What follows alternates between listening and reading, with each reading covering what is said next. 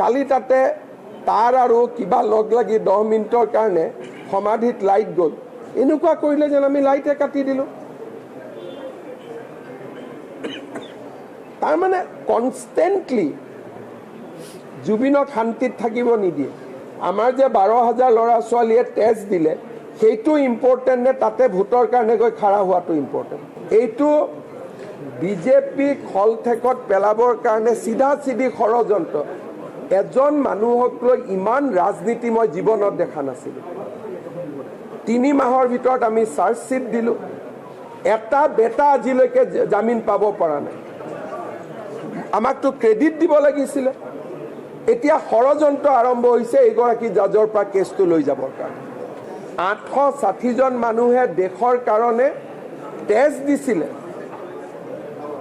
তো তাতে যোৱাটো মাইনাছ হৈ গ'ল তাৰমানে আপোনালোকৰ দৃষ্টিত অসম আন্দোলনৰ শ্বহীদসকলৰ কোনো মূল্য নাই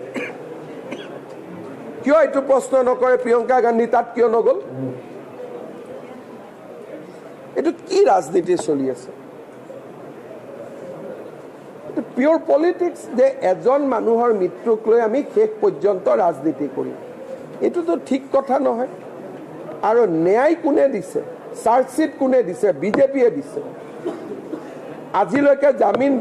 জামিন কিয় হোৱা নাই বিজেপিৰ কাৰণে হোৱা নাই এতিয়া কনস্পিৰেচি চলি আছে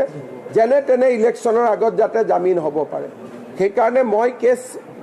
বেলেগ কোৰ্টত দি দিব চিফ জাষ্টিছ মহোদয়ক ৰিকুৱেষ্ট কৰিম but risk will be with the people who are demanding this তেওঁলোকে ৰিস্ক ল'ব লাগিব কাৰণ আমাৰ উকিলবিলাকে মোক কোনেও কোৱা নাই we have put a very good team of prosecutors the prosecutors are not recommending আজিলৈকে জিয়াউল কামাৰৰ দৰে প্ৰসিকিউটৰ তেওঁতো মোক কোৱা নাই যে ছাৰ কোৰ্টখন চেঞ্জ কৰিব লিখক বাহিৰৰ মানুহে কিয় কৈ আছে লিগেল এডভাইস কাৰ পৰা আহিব লাগিব কালি তাতে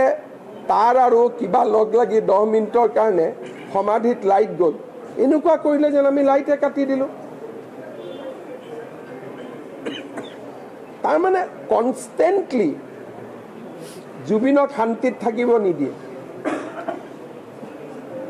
মইতো ক'তো ক্লেইম কৰা নাই তেওঁলোক সমাধিত গৈছে মই টেষ্ট দিছোঁ সেইটো মই ক'ৰবাত ক্লেইম কৰিছোঁ নেকি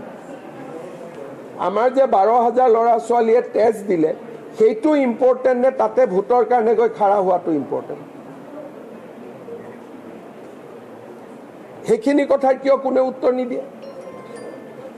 এনেকুৱা চাৰ্টিফিকেট বনাই দিলে যে একদম ডাঙৰ কাম কৰিলে আৰে ভোটৰ কাৰণে গৈছে ভাল পাই যোৱা নাই ভাল পাই গ'লে ক'লেহেঁতেন নেকি যে জুবিনৰ নামেই আমি শুনা নাই অসমত প্ৰিয়ংকা গান্ধী কিমানবাৰ আহিলে কেতিয়াও গাড়ীত জুবিনৰ কথা আলোচনাই হোৱা নাছিল অসমত প্ৰিয়ংকা গান্ধী কিমানবাৰ আহিলে নট লেছ দেন 10 টাইমছ তাৰমানে 10 বাৰ যেতিয়া প্ৰিয়ংকা গান্ধী অসমত আহিছিলে তেওঁলোকে জুবিন গাৰ্গৰ বিষয়ে আলোচনাই নাই কৰা তাৰমানে তেওঁতো কালি কনফেছ কৰি থৈ গ'ল যে মই জুবিনৰ নাম শুনাই নাছিলোঁ অসমত যোনে আহে দুটা নামটো শুনেই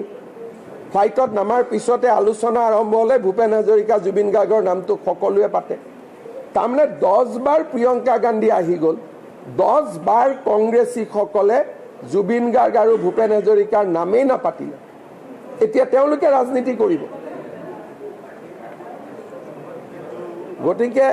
মই কংগ্ৰেছী বন্ধুসকলক ৰিকুৱেষ্ট কৰিম যে মোৰ মুখখন নুখুলাব মই এইটো বিষয়লৈ ৰাজনীতি কৰিব নোখোজো কাৰণে মই মনে মনে থাকোঁ কিবা ক'লেও আৰু প্ৰিয়ংকা গান্ধীৰ যদি সাহস আছে ৰাহুল গান্ধীৰ যদি সাহস আছে অসম আন্দোলনৰ শ্বহীদসকলৰ বাকৰিত যাওক আৰু কওক যে মোৰ আইতা আৰু মোৰ দেউতাই যি পাপ কৰিছিল তাৰ মই প্ৰায়শ্চিত্ত কৰিব আহিছোঁ